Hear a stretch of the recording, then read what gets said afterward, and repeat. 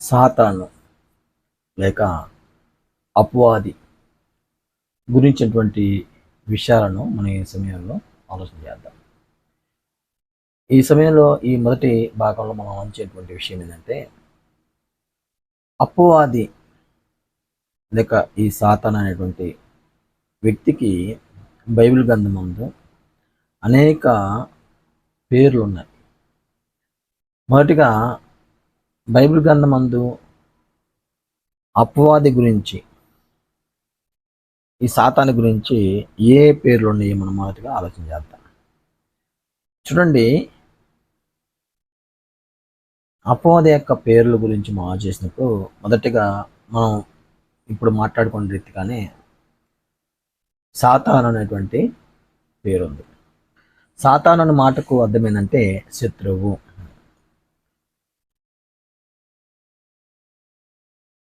మత్తయి సువార్త 13వ అధ్యాయము 39వ వచనంలో, మత్తయి సువార్త 13వ అధ్యాయము 39వ వచనంలో మనము చదివినప్పుడు,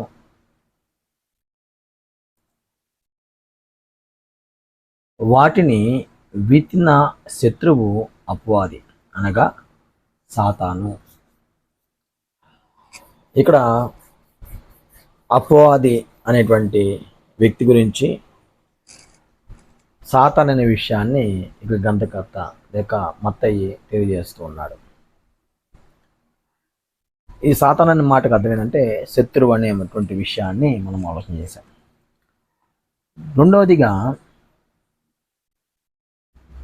మత్తయి సువార్త 4వ అధ్యాయము సాతానుకు ఉన్నటువంటి పేర్లు 4వ అధ్యాయము 3వ వచనంలో,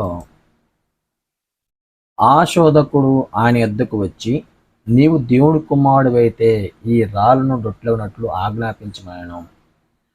సాతానుకు ఉన్నటువంటి మరో పేరు ఏంటంటే శోధకుడు. ఏం పేరు? శోధకుడు. కాబట్టి ఈ వ్యక్తి యొక్క స్వభావం ఏంటంటే శోధించటం. ప్రతి వ్యక్తిని పాపం చేసేట్లుగా, పాపములో జీవించేట్లుగా, పాపపు స్వభావాన్ని అనుసరించి బతికేట్లుగా ఈ వ్యక్తి యొక్క పని ఏంటంటే శోధించటం అన్నమాట. కాబట్టి అపవాదికి ఉన్నటువంటి పేరు ఏంటంటే సాతాను, రెండోదిగా శోధకుడు. మూడో విషయాన్ని మనం మూడో పేరు గురించి మనం పరిశీలించినప్పుడు బెల్జెబూబు అని తెలియజేయబడింది. మత్తయి సువార్త 12వ అధ్యాయము 24వ వచనంలో మనం చదివినప్పుడు,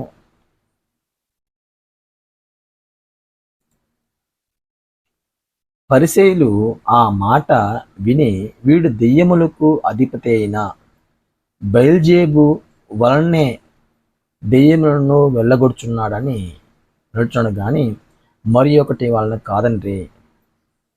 పరిసయ్యులు ఈ సాతానికి పెట్టినటువంటి పేరు మనం పరిశీలించినప్పుడు బెల్జెబూబు.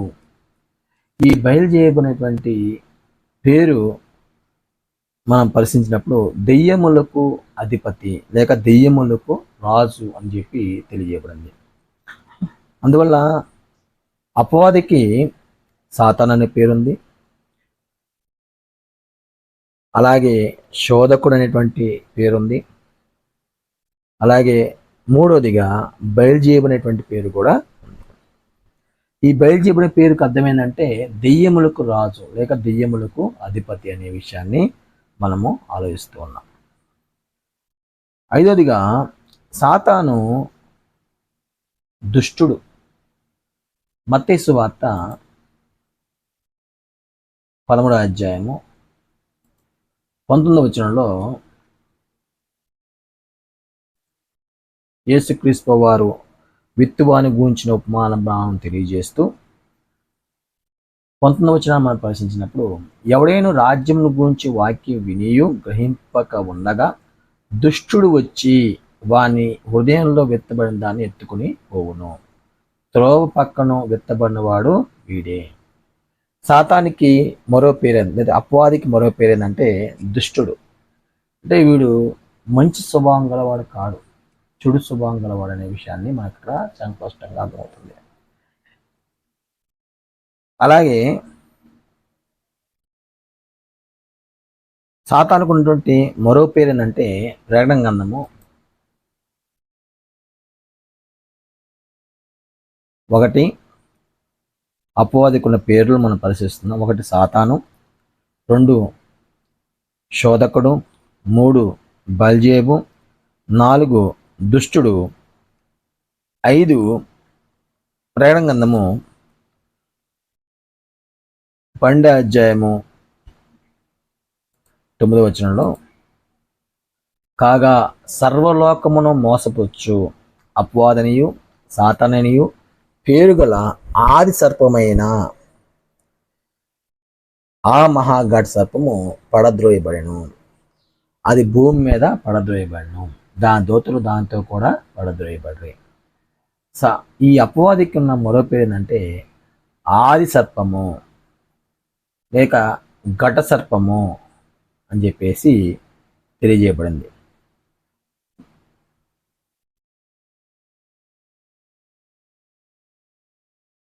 అలాగే సాతానుకున్నటువంటి మరో పేరు ఏంటంటే యోహాను సువార్త 14వ అధ్యాయం 30వ వచనంలో, యోహాను సువార్త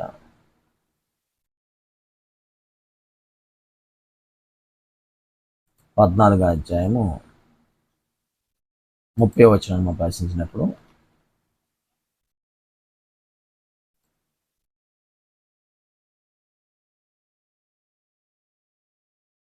ఇంకను మీతో విస్తరించి మాట్లాడను, ఈ లోకాధికారి వచ్చున్నాడు. సాతానుకు ఉన్నటువంటి మరో పేరు ఏంది అంటే లోకాధికారి. ఈ లోకములో ఉన్నటువంటి ఒక అధిపతి ఈ లోకాధికారి. ఈ లోకాధికారి యొక్క స్వభావము లోకంలో ఉన్నటువంటి మనుషులను పాపంలో నడిపించేట్లుగా, పాపపు స్థితిలో వారు కొనసాగించేట్లుగా వాడు పని కనపడుతుంది. ఇప్పుడు మనం ఆలోచించిన విషయాన్ని మనం పరిస్థితి అపవాదికి ఉన్న పేర్లు మనం పరిశీలించినప్పుడు 1 సాతాను, 2 శోధకుడు, 3 బయల్జేబు, 4 దుష్టుడు, 5 మహాఘాట్ సర్పము, 6 లోకాధికారి అని చెప్పి తెలుసుకున్నాం. 7 2 కొరింథీ రాసిన పత్రిక 4వ అధ్యాయము, 2 కొరింథీ రాసిన పత్రిక 4వ అధ్యాయము 4వ వచనాన్ని మనం పరిశీలించినప్పుడు, దేవుని స్వరూపి అయిన క్రీస్తు మహిమను కనపరచు సువార్త ప్రకాశము వారికి ప్రకాశింపకున్న నిమిత్తము ఈ యుగ సంబంధమైన దేవత అవిశ్వాసులైన వారి మనోనేత్రములకు గుడ్డితనము కలుగజేసింది.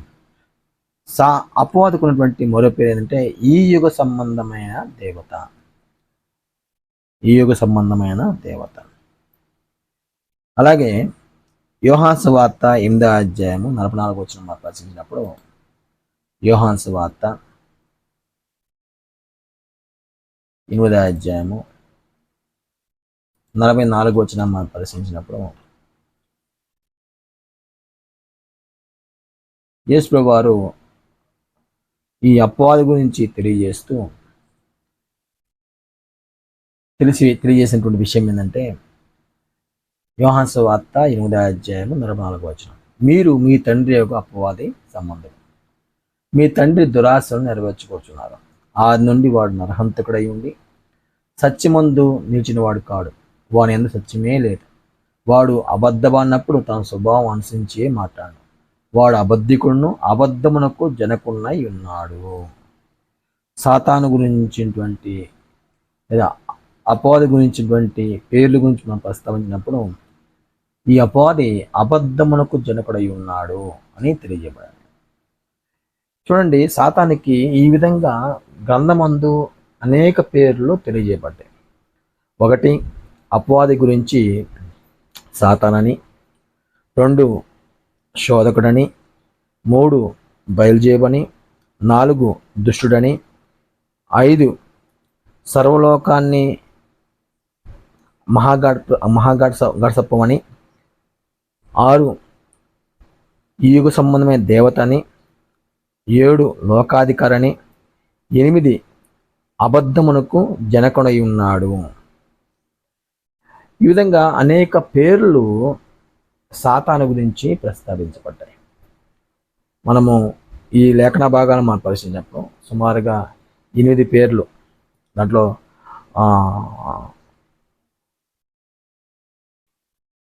సర్వలోకాన్ని మోసపుచ్చేవాడుగా ఉన్నాడు అనే విషయాన్ని కూడా మనం చేర్చుకున్నప్పుడు సుమారుగా 9 పాయింట్లు మనము సాతాను గురించి పేర్ల గురించి మనము ఆలోచన చేసాం అన్నమాట.